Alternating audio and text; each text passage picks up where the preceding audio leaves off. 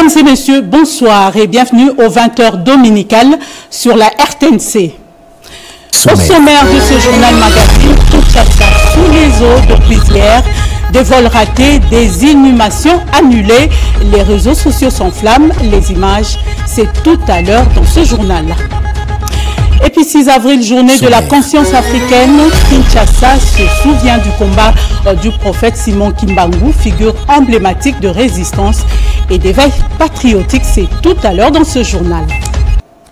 Et puis l'humanité s'apprête à célébrer la journée mondiale de la santé. Dans ce journal, le coordonnateur du Conseil national de la couverture santé universelle parlera des avancées de la gratuité de la maternité en République démocratique du Congo. Ça sera tout pour le sommaire. Passons d'abord à l'actualité.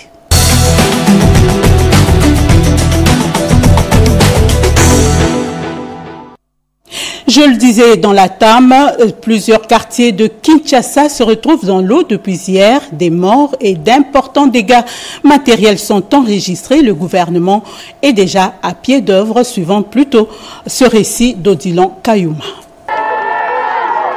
Les pluies diluviennes qui se sont abattues à Kinshasa dans la nuit du 4 au 5 avril 2025 ont fauché des vies humaines et causé beaucoup de dégâts matériels.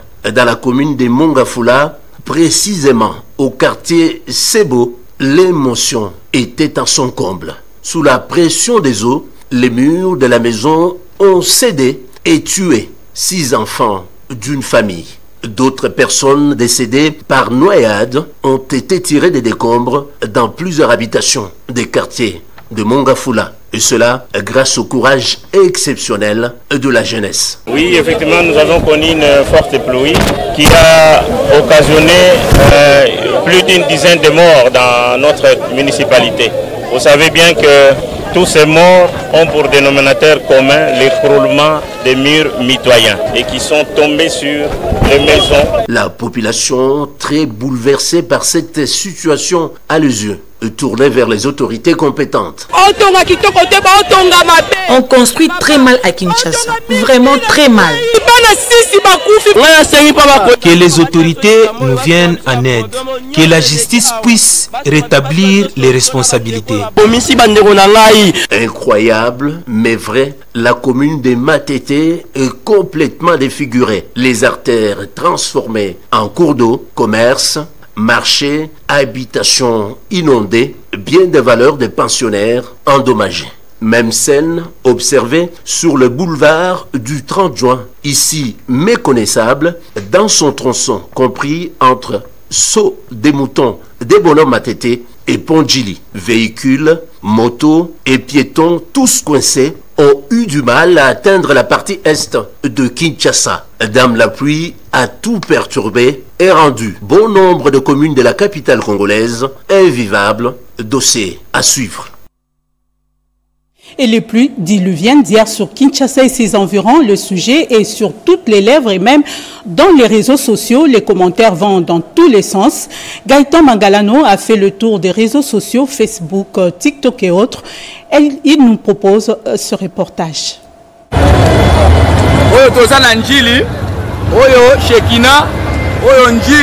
C'est pour la première fois. Est-ce le conséquence de constructions anarchiques à Kinshasa ou le rétrécissement de certaines rivières de la ville à l'image de la rivière Kalamu qui a complètement disparu du côté du stade de Martyr? Sur les réseaux sociaux, les images des inondations de la ville font débat. Les conséquences de la furie de la rivière Ndjili, c'est aussi ce que vous voyez derrière moi.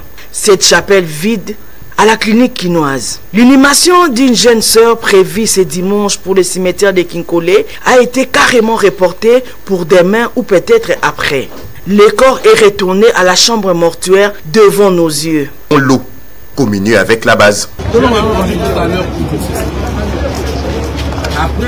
De Congolais transportés par pirogue ou à dos comme 6 journalistes qui fait son reportage car le véhicule qui coule ne peuvent plus. Sur Twitter, à côté des images postées, de commentaires vont dans tout le sens, comme celui-ci sur Facebook.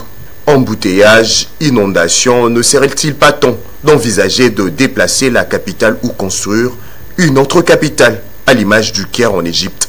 La ville de Kinshasa est-elle préparée à faire face aux catastrophes naturelles? Quid sur de prévisions de Metelsat?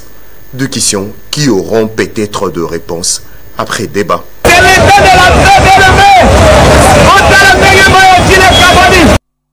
Et sur ce plateau, nous recevons le vice-premier ministre, ministre de l'Intérieur, Jacquemain Chabani. Bonsoir, Excellence. Bonsoir, madame. Vous êtes ici dans le cadre de ces débats, de ces dégâts sur les pluies diluviennes. Quel est le bilan actuel que l'on peut faire de cette catastrophe naturelle? Bon, le bilan, il évolue au jour le jour. Il faut dire que c'est depuis hier que nous sommes en alerte et en urgence après les pluies diluviennes de Kinshasa qui ont créé des dégâts beaucoup plus dans la partie ouest de la ville, dans la commune de Kimwenza, oui, où déjà avec les 18 têtes d'érosion qui étaient déjà prises en charge, nous avons connu des dégâts assez importants au niveau de la nationale numéro 1, mais aussi des glissements de terrain qui ont emporté certaines maisons et qui ont causé aussi des dégâts en vies humaines qui ont été enregistrés avec un bon nombre de blessés. Nous avons hier malheureusement enregistré 22 cas de décès, 46 personnes hospitalisées prises en charge et des familles aussi qu'on a recueillies dans un centre au niveau de Kimwenza, où il y a 75 familles qui s'y retrouvent déjà depuis hier.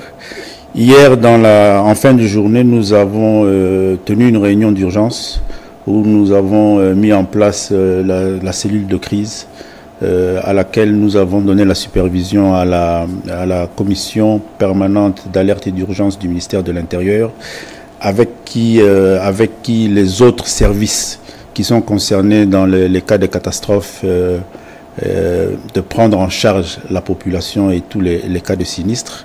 Nous nous étions engagés non seulement à évaluer la situation, mais à prendre des décisions principalement sur la partie ouest qui était concernée pleinement dans la journée d'hier. Et il était aussi question de la desserte en eau, qui malheureusement, surtout la station de Ndjili, depuis hier, avait connu certains problèmes. Donc on avait déjà pris certaines dispositions. Et malheureusement, ce matin, nous nous sommes réveillés avec la partie est de la ville de Kinshasa qui a été prise dans des inondations suite à des pluies diluviennes qui ont pris toute la journée d'hier dans la province du Congo central, qui ont fait que les rivières de Ndjili et de Lukaya ont débordé et ont emporté, même submergé le boulevard Lumbumba, ce qui a bloqué la circulation depuis hier, causé beaucoup de dégâts dans les communes de Limete, de Ndjili et de Massine. Oui, et parmi les dégâts, il y a aussi perturbation de vol parce que les passagers ne peuvent pas se rendre, par exemple, à l'aéroport. Alors, quelles sont les mesures ou les dispositions qui ont été prises par le gouvernement pour pallier à cette situation? Au niveau des vols, il y a eu juste... on a retardé les vols pour permettre aussi, non seulement aux passagers, mais il y a eu sûrement aussi des équipages qui se sont retrouvés en difficulté. On peut dire aujourd'hui que tous les vols qui étaient programmés dans la journée d'aujourd'hui ont décollé. On a pu mettre en place un système d'embarquement des passagers pour ceux qui ont eu l'opportunité et la possibilité d'être au centre-ville, d'embarquer dans des canaux rapides sur le fleuve et qui les ont débarqués au niveau de Kinkole, où il y a des beaches, et à partir de là, ils ont pu rejoindre l'aéroport. Donc, les vols de ce côté-là, il n'y a pas eu trop de problèmes. Et vous avez parlé du bilan. Il y a quand même des sinistrés qui se comptent par milliers et même des morts. Alors, est-ce que le gouvernement a pris des dispositions pour la prise en charge de ces sinistrés? Oui, je vous ai déjà signalé pour la journée d'hier le site de Kimwenza. Aujourd'hui, avec les difficultés que nous avons connues au niveau de la partie est de la ville, nous avons déjà identifié 2 sites au niveau de l'Institut Lumumba et à Ndjili à Kitokimosa, où nous sommes en train d'accueillir les familles sinistrées. Au niveau de l'Institut Lumumba, nous avons déjà identifié 117 familles. Et à Ndjili, nous avons déjà, ça c'est les chiffres que je vous donne qui ont été actualisés il y a 1 heure. À Ndjili, nous avons déjà pris en charge 100 familles. Mais les services de sauvetage continuaient à travailler, à recueillir les familles. Il y a malheureusement, bon, ça s'explique d'une certaine façon, il y a malheureusement certaines familles qui ne veulent pas quitter leur lieu d'habitation. Donc nous sommes aussi en train de mettre en place un système de pouvoir les approvisionner dans leur domicile. Mais il faut dire que certains quartiers restent encore fortement inondés. Et la journée d'aujourd'hui, il y a certains quartiers que nous n'avons pas réussi à atteindre. Nous continuons à mener des efforts pour pouvoir parvenir dans toutes les habitations où se trouvent les citoyens congolais. Alors, au-delà de ces 3 sites, depuis cet après-midi, nous sommes en train d'aménager au niveau du stade du 20 mai, là où le gouvernement avait eu à aménager certains équipements pour la francophonie. C'est là où nous allons localiser un bon nombre de familles en attendant de pouvoir les relocaliser définitivement. Alors, il y a des cris, il y a des pleurs de part et d'autre.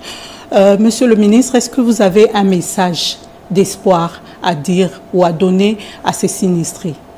Oui, je veux leur faire savoir que le gouvernement est pleinement engagé à pouvoir résoudre toutes ces difficultés. C'est une pluie, c'est une catastrophe naturelle qui nous a tous surpris de cette manière, avec une pluviosité énorme.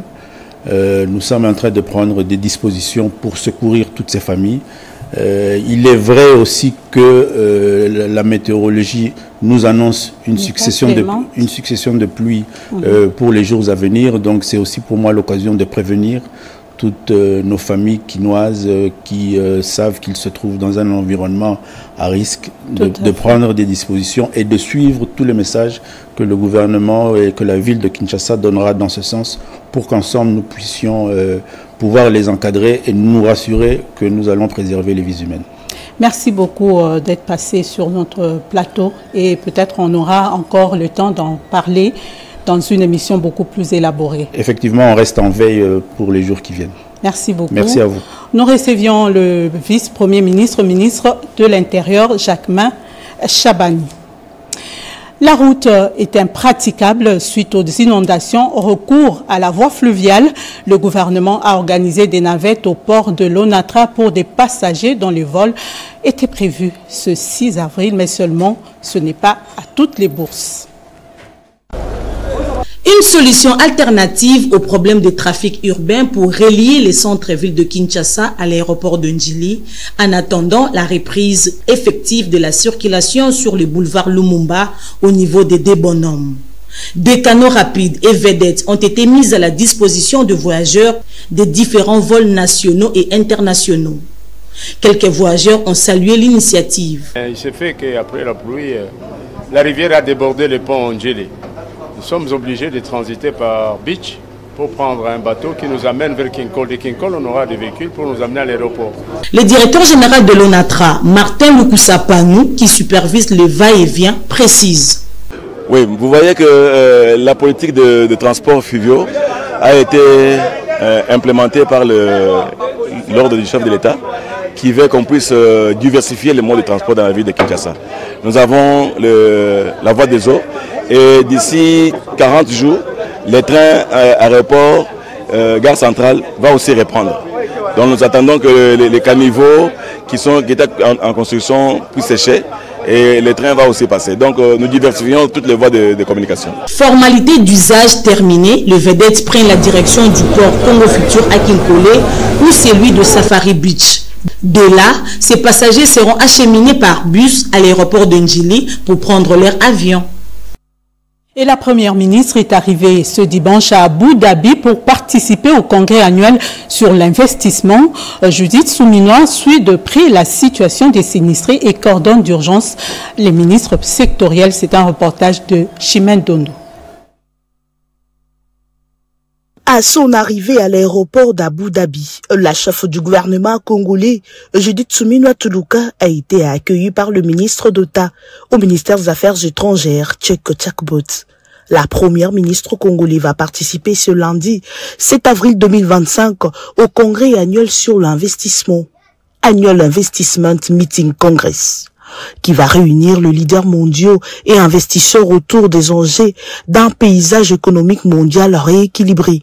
Alors qu'elle s'exprimera sur la scène internationale pour promouvoir les opportunités d'investissement en RDC, la chef de l'exécutif central congolais, Judith Suminwa Tuluka, gère simultanément les conséquences de pluies diluviennes qui s'y sont abattues sur les provinces de Kinshasa et du Congo central la nuit du vendredi 4 au samedi 5 avril dernier. Ces intempéries ont causé d'importants dégâts matériels et de pertes en vies humaines, rappelant la vulnérabilité du pays face aux aléas climatiques. Sous son leadership, le vice-premier ministre, ministre de l'Intérieur, coordonne une réponse d'urgence mobilisant le ministère de la Défense avec le génie militaire, le ministère des Infrastructures pour la réhabilitation de voies publiques touchées et le ministère de la Santé publique pour la prise en charge de victimes. Et le chef de l'État, Félix-Antoine Tshisekedi, a pris une loi et une ordonnance portant prorogation de l'état de siège. En voici le contenu. Depuis plus de 2 décennies, la RDC est en proie à des atrocités multiples découlant de l'agression dont elle est victime de la part du Rwanda, ainsi que de l'activisme des groupes armés, tant locaux qu'étrangers, qui opèrent principalement dans les provinces de l'Ituri et du Nord Kivu, dans la perspective d'éradiquer ces forces du mal et de restaurer la paix dans cette partie du pays. Le président de la République a, par ordonnance numéro 21/015 du 3 mai 2021, proclamé l'état de siège dans les 2 provinces précitées, étant donné que l'objectif recherché par l'instauration de ce régime n'est pas encore totalement atteint à ce jour, conformément à l'article 144 de la Constitution. L'état de siège est prorogé tous les 15 jours depuis son instauration sur autorisation du Parlement saisi par le président de la République, chef de l'État, après décision du Conseil des ministres. À ce jour, il est de notoriété publique que la situation sécuritaire à l'est du pays demeure préoccupante. En conséquence, la prorogation de ce régime d'exception s'avère indispensable afin de permettre à nos forces de défense et de sécurité de poursuivre les opérations de traque et de destruction des forces du mal qui sèment la terreur dans la partie est du pays. Telle est l'économie de la présente loi.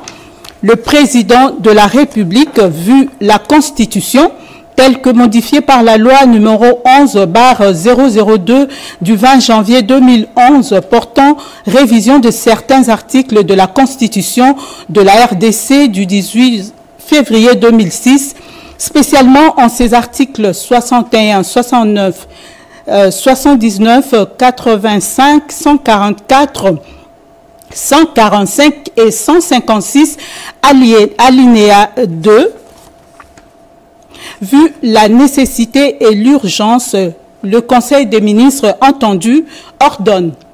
Article 1er est prorogé pour une période de 15 jours prenant cours le 7 avril 2025. L'ordonnance numéro 21/015 du 3 mai 2021, telle que complétée à ce jour, portant proclamation de l'état de siège sur une partie du territoire de la République démocratique du Congo.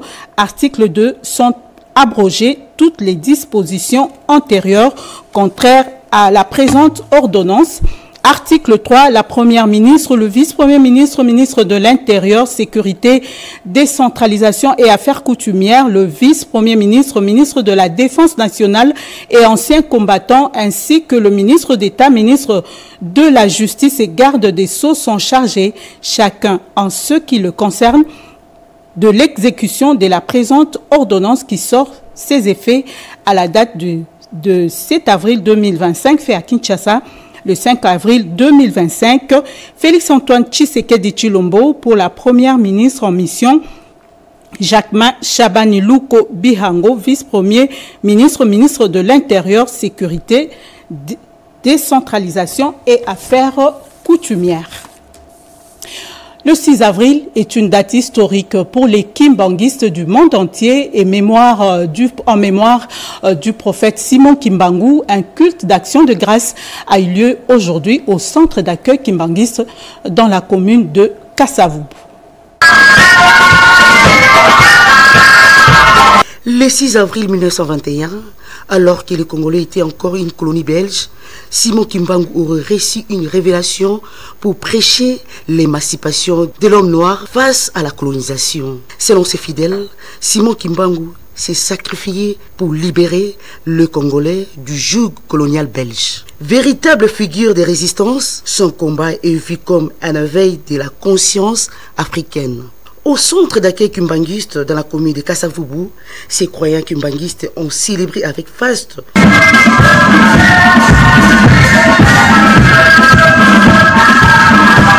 l'incarnation Kimbangu qui est un esprit, une philosophie, une force du combat et une conscience nationale et africaine de la libération de l'homme noir.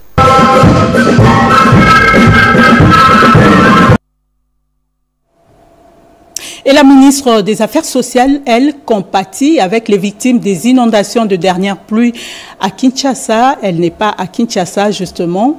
Ce dimanche, Aziza Mounana a célébré le 6 avril avec les veuves et orphelins kimbanguistes.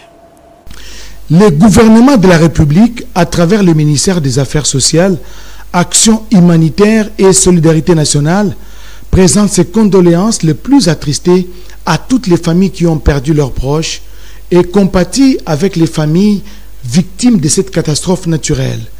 La ministre des Affaires sociales, Action humanitaire et solidarité nationale, Nathalie Aziza Mounana, rassure l'opinion publique que ces services techniques sont à l'œuvre pour procéder à une évaluation rapide de la situation afin d'apporter une réponse humanitaire et sociale urgente aux sinistrés. De Lubumbashi, où elle se trouve, la ministre des Affaires sociales, Nathalie Aziza Mounana, a célébré ce 6 avril 2025 le combat du prophète Simon Kimbangu ainsi que la conscience africaine. À l'église kimbanguiste, elle a été accueillie par les femmes et veuves de la fondation Calix Mounana, vêtues en mouchoir de tête de couleur blanche, signe de la paix. Vous savez l'impact de notre président sous son investissement dans l'église kimbanguiste. Et je vous exhorte de le porter dans vos prières pour qu'il puisse encore faire beaucoup de choses pour l'église kimbanguiste et toutes les églises. Direction la ville minière de Kipushi, son fief naturel. Pour célébrer également cette journée avec les femmes et veuves kimbanguistes qui ont porté cette fois-ci des mouchoirs rouges à la tête pour dire non au sang des innocents qui coule dans l'est du pays. Sur place, la ministre Aziza Mounana a exhorté l'assistance à la paix, la cohésion pour faire face à l'ennemi avant de finir par un défilé à son honneur.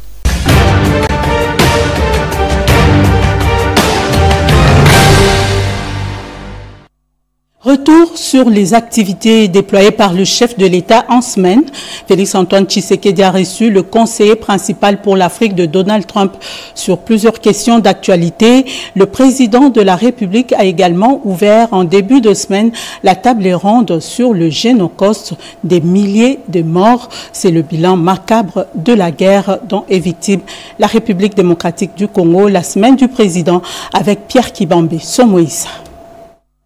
10 millions de morts, 6 millions de déplacés internes, 27 millions de personnes en situation critique, parmi lesquelles les femmes et des enfants, et un décompte de 200 fosses communes disséminées à travers le Grand Kivu. C'est la tragédie macabre que vit la République démocratique du Congo depuis 30 ans, un génocide économique auquel on n'a fait pratiquement pas allusion. Voilà qui explique la tenue de la table ronde en vue de l'appropriation du génocide pour des biens économiques dont les travaux ont été lancés par le président de la République Félix-Antoine Tshisekedi Tshilombo au Centre culturel international de Kinshasa. Sur place, le chef de l'État a visité en compagnie de la distinguée première dame Denise Nyakeru Tshisekedi l'exposition de tous les massacres documentés, de Makobola à Mwenga en passant par Kisangani, Lubero, Bukavu et récemment Kishiché. Tous les crimes perpétrés sur fond de pillages de richesses ont été étalée. Dans son allocution, le chef de l'État a appelé le peuple congolais à se rapproprier les génocides oubliés. Le président de la République a annoncé la mise en place d'un groupe d'experts chargés d'évaluer de manière rigoureuse et systématique les préjudices subis et les pertes humaines liées aux crimes de masse, notamment ceux relevant du génocide perpétré pour des gains économiques. C'est au chapiteau de la Cité de l'Union africaine que le président de la République Félix-Antoine Tshisekedi Tshilombo a reçu les musulmans de la communauté islamique du Congo dans son ensemble à l'occasion de la célébration de la fin du Ramadan. Garant de la nation, le chef de l'État a réitéré son appel à l'unité nationale, singulièrement celle de la communauté islamique du Congo pour la consolidation de la paix sur toute l'étendue du pays. Le président de la République a salué la mise en place d'une commission de réforme pour procéder à un diagnostic précis des maux qui rongent la communauté musulmane à RDC. Dans leurs interventions, la ministre d'État en charge de l'environnement et le développement durable, Eve Bazaïba, et le ministre d'État, ministre de la Justice, Constant Moutamba, ont mis l'accent sur la nécessité d'avoir une communauté musulmane à RDC unie et réconciliée. Près de 100 délégués musulmans et des diplomates ont été conviés à la soirée. La situation sécuritaire dans l'Est de la République démocratique du Congo et les perspectives économiques entre les États-Unis d'Amérique et la RDC, deux pays entretenant une coopération stratégique, étaient au cœur des entretiens que le président de la République Félix-Antoine Tshisekedi Tshilombo a eu au cours de la semaine avec le conseil principal pour l'Afrique du président américain Donald Trump. Récemment nommé à ses fonctions, Massad Boulos était accompagné auprès du chef de l'État par Mme Corinna Sanders, sous-secrétaire d'État adjoint pour les affaires africaines, et par le directeur du Conseil national de sécurité pour l'Afrique, Dan Dunham. Évoquant l'accord entre les USA et la RDC sur le minerai, le conseiller principal du président américain s'est réjoui d'avoir convenu avec le chef de l'État sur la voie à suivre pour son élaboration. Au sujet de la guerre dans l'Est de la RDC, le conseiller principal a déclaré que les États-Unis restent déterminés à contribuer à la fin du conflit. Nous souhaitons une paix durable qui affirme l'intégrité territoriale et la souveraineté de la RDC et qui projette les bases d'une économie régionale florissante, a dit en substance le conseil principal du président Donald Trump. Autre fait marquant de la semaine, signature d'un partenariat entre FONAREV et le système des Nations Unies en République démocratique du Congo. La Cour constitutionnelle a fêté et a célébré ses 10 ans d'existence cette semaine.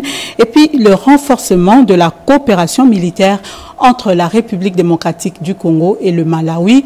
La semaine en 5 minutes, une sélection et texte commenté par Mami Kadima. La semaine qui s'achève a été marquée par la célébration de la première édition de la journée de la masculinité positive en RDC. Objectif, offrir une occasion unique de renforcer l'engagement des hommes et des garçons dans la promotion de l'égalité des sexes, de la réduction de la violence et de la construction d'une société plus pacifique. Dans l'entretemps, le jeudi 3 avril, la table ronde sur l'appropriation du génocide et la reconnaissance du génocide congolais s'est clôturée. Cette table ronde inclusive qui a rassemblé filles et fils du Congo, issus de toutes les régions et de tous les secteurs de la société, a permis de dégager des recommandations stratégiques majeures pour promouvoir l'appropriation du génocide au niveau national et sa reconnaissance sur la scène internationale. Toujours dans le même chapitre, le ministre de la Communication et Médias avait co-animé avec le directeur général adjoint du FONAREV ainsi qu'un membre du comité scientifique préparatoire de la table ronde, un briefing presse axé sur la table ronde sur l'appropriation nationale du génocide. Le FONAREV vient de signer un partenariat avec le système des Nations Unies en RDC. Ces partenariats visent à apporter un soutien concret aux victimes des territoires affectés par les conflits au nord et au sud Kivu. L'objectif est de protéger et repérer les victimes des crimes graves et des violences sexuelles liées au conflit. célébration 10e anniversaire de la Cour constitutionnelle en RDC. Mise en place en 2015, cette Cour a rendu des décisions majeures qui ont façonné les paysages juridiques et constitutionnels du pays. Les consultations pour la formation d'un gouvernement national se poursuivent. Les conseillers du chef de l'État en matière de sécurité continuent de rencontrer les points de vue des acteurs politiques, ceux de la société civile et autres, en vue de recueillir leurs desiderata autour de la formation d'un gouvernement d'union nationale, afin de s'attaquer à la guerre injuste nous imposée par le Rwanda. Par ailleurs, le vice-premier ministre de la Défense était en séjour à Lilongwe, capitale du Malawi. Sur place, il a eu un échange avec son homologue malawite sur la consolidation des relations bilatérales entre Kinshasa et Lilongwe. Les deux personnalités ont, en prévision de la signature d'un accord de coopération militaire, exprimé la volonté d'initier des échanges stratégiques et techniques. 2 avril, célébration Journée internationale de l'autisme. Cette célébration a été une occasion pour le ministre de la Santé publique de mener un plaidoyer pour l'inclusion des personnes souffrant de cette maladie, tout en soulignant les efforts du gouvernement à soutenir les initiatives pour faciliter leurs conditions de vie. La Commission électorale nationale indépendante a rendu public mercredi les résultats provisoires des élections des sénateurs et gouverneurs des provinces du Kwilu et du Nord Ubangi. Pour terminer, le gouvernement de la République, à travers le ministère de l'économie nationale, a mis en place un dispositif numérique dénommé Talo. Cet outil devra permettre aux inspecteurs économiques, une fois sur terrain, de faire un suivi sur l'affichage de prêts.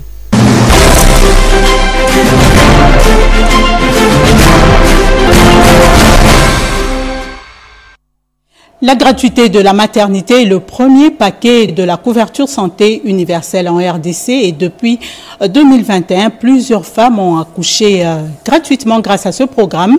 Dans ce dossier réalisé dès les premiers pas de ce projet, les médecins ont salué les avantages de la gratuité de la maternité, un projet cher au chef de l'État. C'est un dossier de Ramazan Moulanda.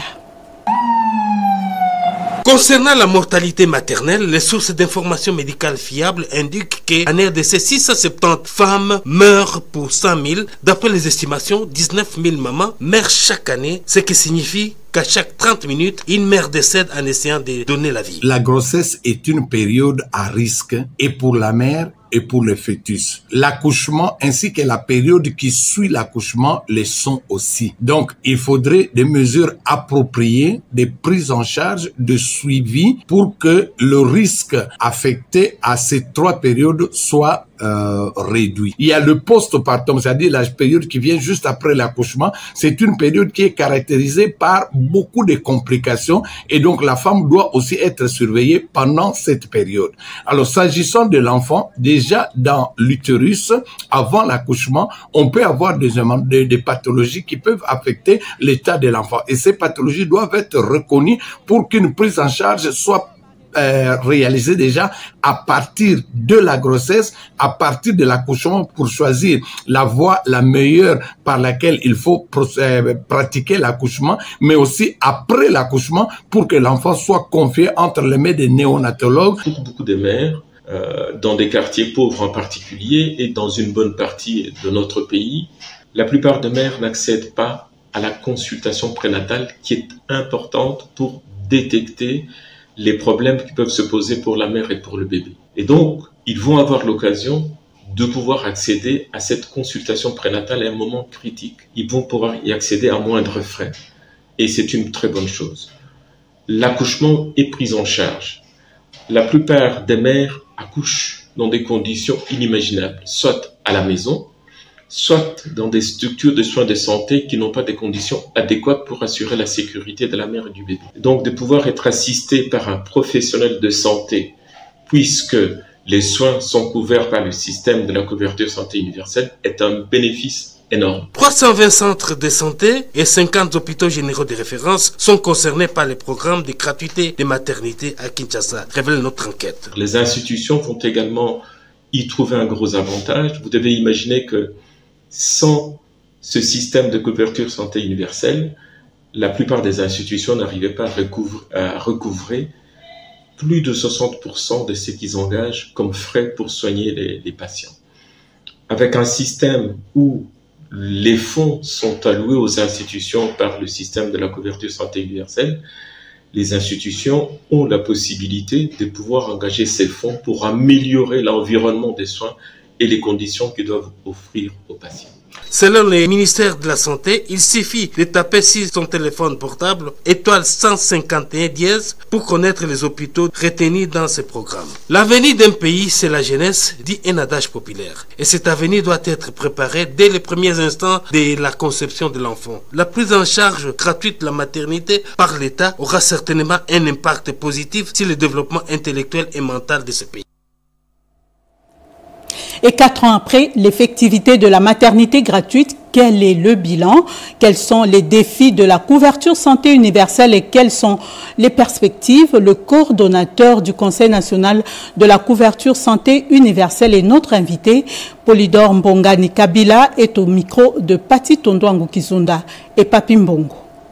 En termes de bilan, je vais d'abord commencer par dire que quand on a lancé la gratuité d'accouchement comme notre premier paquet de soins de la couverture santé universelle, c'était pour répondre à une question, et qui définit pratiquement la couverture santé universelle, celle de promouvoir une protection financière aux utilisateurs des services de soins. Donc, en s'assurant que quand vous allez dans un hôpital ou dans un centre de santé, que vous ne rencontrez pas d'obstacles financiers. Donc, on a enlevé cette barrière financière en mettant la gratuité d'accouchement pour les femmes enceintes et pour les nouveau-nés. Et déjà, en ce moment, je dirais que nous sommes au-delà de 1 500 000 femmes qui ont accouché gratuitement. C'est énorme. C'est une intervention, tout simplement, qui a un impact très, très, très significatif sur les familles et qui permet à ce que ces familles ne tombent pas dans la pauvreté. Le deuxième objectif, c'est l'amélioration de ce que nous appelons l'offre de soins. L'offre de soins, ça veut dire ce que vous trouvez quand vous partez dans un hôpital, quand vous partez dans un établissement de soins. Vous trouvez des prestataires, vous trouvez des équipements, vous trouvez des médicaments, vous trouvez un laboratoire équipé.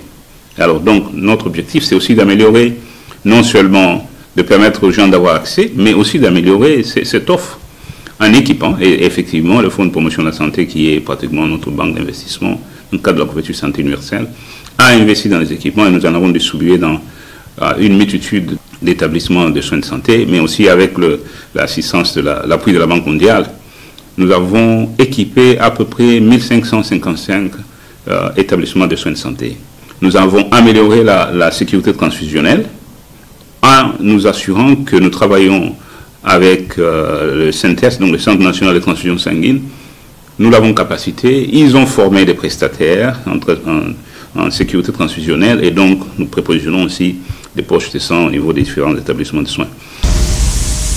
En termes de défis, évidemment, nous sommes, comme tout programme qui est naissant, nous passons par ce que nous appelons les douleurs de l'enfantement. Vous savez, le thème de cette journée mondiale de la santé, c'est une bonne santé à la naissance pour un avenir plein d'espoir. C'est ce que nous avons essayé d'atteindre dans le cadre de la couverture santé universelle. Mais les défis sont tels que, premièrement, quand nous avons commencé avec ce programme, j'ai parlé que nous voulions atteindre la protection financière des utilisateurs. Et pour ça, l'État est en train de donner des subventions pour appuyer le programme. Au départ, on avait prédisposé un montant qui nous a permis de démarrer. Directement, c'était à la hauteur de 42 millions de dollars. Mais pour le moment, nous sommes obligés de passer par la chaîne des dépenses et parfois, il y a des retards. Et donc, ces retards de paiement occasionnent des retards de paiement des prestataires. Et nous sommes en train de discuter avec le gouvernement pour essayer d'optimiser, bien sûr, ce flot financier de manière à ce que nous nous assurions que ce programme cher au chef de l'État et qui a un impact social significatif ne souffre pas de retard de financement. Il y a la qualité des équipements qui était vraiment piètre. Et donc, ça, c'est un défi que nous sommes en train de relever, mais qui persiste encore. Mais nous sommes en train d'y travailler pour nous assurer que cela va s'améliorer au fur et à mesure que nous implémentons le programme de la couverture santé universelle. Et c'est la même chose avec les médicaments, la chaîne d'approvisionnement. D'ailleurs, il y a un travail en cours pour créer une autre agence, l'Agence nationale d'approvisionnement des médicaments, pour nous assurer que les médicaments que nous allons avoir sont des médicaments essentiels de bonne qualité et qui ne nous causent pas de maladies. Après le paquet de soins ici de la gratuité, nous sommes en train de penser à ce que nous appelons le paquet de base qui va donner des soins essentiels à tous les citoyens de la RDC. Mais nous y allons progressivement, bien sûr. La première étape, c'est avec les forces armées de la République démocratique du Congo, la police nationale congolaise ainsi que leurs dépendants. Et ça, c'est imminent.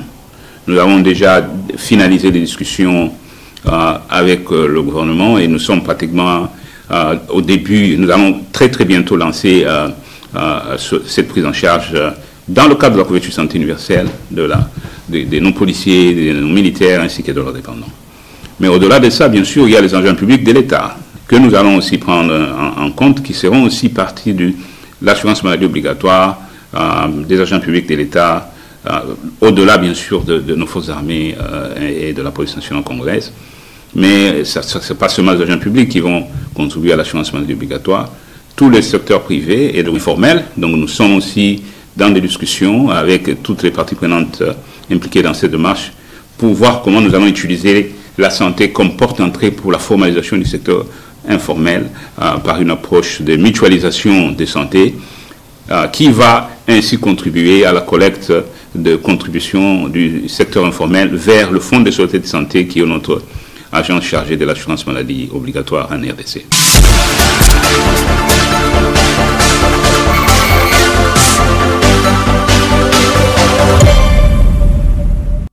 Et la journée mondiale de la santé, c'est déjà demain 7 avril, une célébration qui tombe dans un contexte de guerre.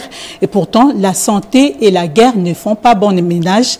C'est une chronique signée Edith Chala et Patrick Kachala. Le 7 avril, le monde célèbre depuis 1950 la journée mondiale de la santé et ce sera le cas cette année avec pour thème « Être en bonne santé à la naissance ». En République démocratique du Congo, on ne fera pas exception. La situation se complique en République démocratique du Congo avec cette guerre d'agression nous imposée par le Rwanda car la guerre et la santé ne font pas bon ménage. Selon l'OMS, la bonne santé est l'état complet de bien-être physique, mental et social et n'est pas seulement l'absence de maladie ou d'infirmité. Avec cette définition, la RDC compte une frange importante de sa population pas en bonne santé. Alors que le monde lutte pour offrir au maximum des gens la bonne santé, le Rwanda travaille assidûment pour entamer gratuitement la santé des Congolais. Par son fait, plus de 7 millions de Congolais ne sont pas en bonne santé, en errance, conditions de vie précaires. Ceux qui sont dans les villes occupées copient sous le poids de la torture. Les moins chanceux ont perdu carrément la vie. Et pourtant, il y a lieu d'y remédier par une pression intense pour que Kigali retire ses troupes et que le M23 AFC cantonne les siennes. Cette célébration reste une occasion pour plus de projecteurs sur cette situation dans l'est du Congo. Aucun bébé ne peut naître en bonne santé d'une mère déplacée ou torturée et dans un environnement miné par les tensions récurrentes. Célébrer la santé le 7 avril, ce sera aussi imposer la paix en RDC et garantir la sécurité pour tous. L'Union interparlementaire est en assemblée générale, la 150e de la série. Plus de 2000 participants venus de 190 pays sont sur place et parmi eux, le premier vice-président du Sénat, José Kalala Wakalala, qui représente la République démocratique du Congo à ses assises. De nos envoyés spéciaux sur place, Annika Luamboa et José Dimonekene. La 150e Assemblée de l'Union interparlementaire s'est ouverte dans la grande salle du Centre des Congrès à Tachkent, dans une atmosphère de coopération, de dialogue entre les nations. Plus de 2000 participants venus de 190 pays ont répondu présents à ce grand rendez-vous parlementaire international. Une rencontre qui marque une étape importante dans le renforcement des liens entre les parlements du monde. Au cours de ces assises de haut niveau, les participants vont débattre sur plusieurs questions, à savoir la réalisation de l'égalité hommes et femmes, la protection sociale des populations, la réduction de la pauvreté, le développement durable, ainsi que le droit de l'homme. Le premier vice-président du Sénat, José Kalala Wakalala, à la tête d'une forte délégation, a représenté la République démocratique du Congo.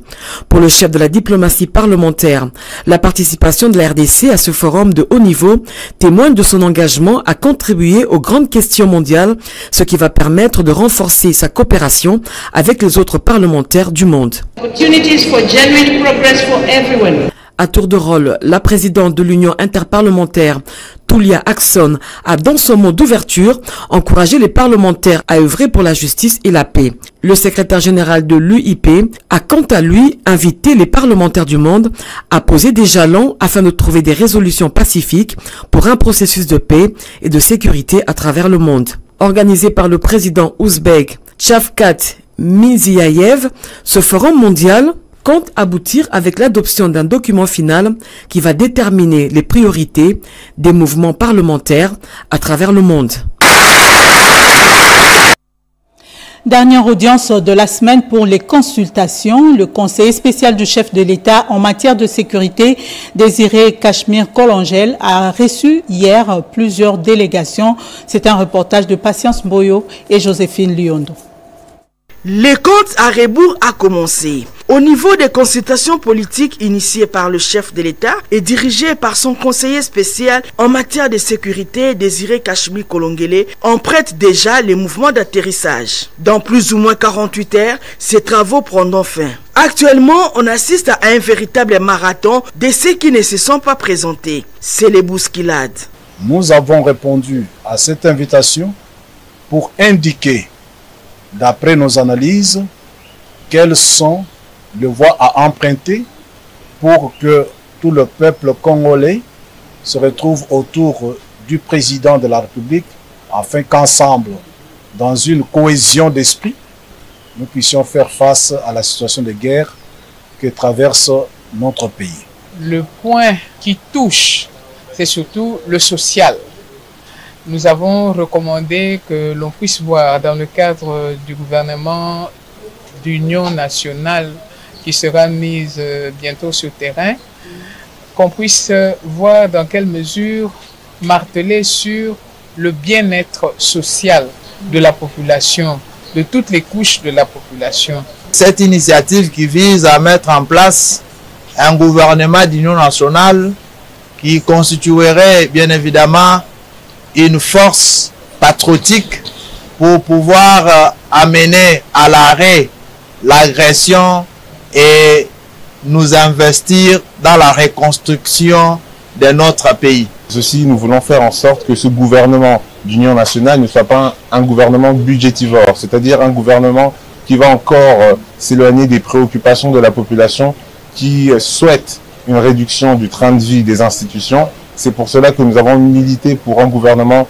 avec une taille qui soit pas trop importante. Ces consultations politiques que le conseiller spécial du chef de l'État exécute prouvent la volonté du chef de l'État d'avoir tous les Congolais à ses côtés pour développer les grands Congo en vue d'offrir le bien aux Congolais. La Ligue des femmes du MLC tient à sensibiliser les jeunes filles et garçons du parti à intégrer l'armée. Ces femmes se sont réunies dernièrement. C'est un reportage de Yolande Foka. Femme meurtrie en République démocratique du Congo. D'abord sa sécurité pour son autonomisation. C'est autour de ces thèmes, aux allures d'une exhortation, que les femmes et filles du mouvement de libération du Congo, à travers la Ligue des femmes de Kinshasa, ont bouclé le mois dédié à la femme. Coiffées d'une bande rouge, symbole de la guerre injuste imposée à la RDC, les femmes du MLC n'avaient qu'un seul message, celui de mobiliser et sensibiliser les femmes sur les violences que subissent ces dernières dans la partie est de la République. La présidente nationale de la Ligue nationale de femmes du MLC, Fifi Likunde, appelle les femmes à conscientiser leurs enfants pour rejoindre le rang de l'armée en vue de défendre la mère patrie. Ce message, nous voulons dire aux mamans de demander aux enfants de s'enrôler dans l'armée. Et nous demandons aux jeunes filles d'intégrer l'armée. Parce que là, pour investir dans notre pays, il faut la sécurité. Et voilà pourquoi le président Jean-Pierre Bemba a vu qu'il fallait commencer par demander et éveiller les consciences de nos enfants. Nous éveillons les consciences des femmes pour dire qu'il faut demander aux enfants d'intégrer l'armée pour la sécurité. Cette matinée politique, qui a coïncidé avec la clôture du mois de la femme du mouvement de la libération du Congo, a connu la participation du secrétaire général du MLC, Valentin Guérengo, et tous les cadres de ces partis chers à Jean-Pierre Bemba Ngom. Clôture mois de la femme, un prix a été remis à l'honorable Mariquette Moutinga. Ce trophée de reconnaissance a été dédié aux femmes victimes de violences sexuelles dans l'est du pays. C'est un reportage de Rudis Kitutu. Un trophée de reconnaissance a été dédié aux femmes victimes de violences sexuelles dans l'Est de la République démocratique du Congo par la députée nationale élue de la Tchangou, Marie-Kate Mutinga, présidente nationale du parti PDG, Parti des démocrates pour la bonne gouvernance, parti cher au patriarche Modeste Mutinga. Au cours de la conférence Nkita Expo, forum marquant la clôture du mois de mars dédié aux droits des femmes, organisé samedi à Kinshasa. Je vais dédier ce trophée à toutes les filles victimes de violences sexuelles à l'Est de la République démocratique du Congo. Et j'envoie le chef de l'État, son Excellence Félix Antoine Tshisekedi Tshilombo, dans le processus de recherche de la paix en République démocratique du Congo. La conférence Nkita Expo Forum avait comme thème émancipation de la femme, rôle et responsabilité. L'objectif était de mettre la femme au centre de ses droits et devoirs pour clôturer le mois de mars consacré à la femme. Fin de ce journal de dimanche, une production des enquêtes et magazines de la direction des infos TV à la radio-télévision nationale congolaise, coordonnée par Eurydice Kitutu. Yolande Foka et André Djeka a été à la réalisation. Gaëtan Magalano a été à la rédaction. En leur nom, je vous dis merci de votre fidélité qui nous honore. L'actu continue sur la RTNC. D'ici là, portez-vous bien. Au revoir.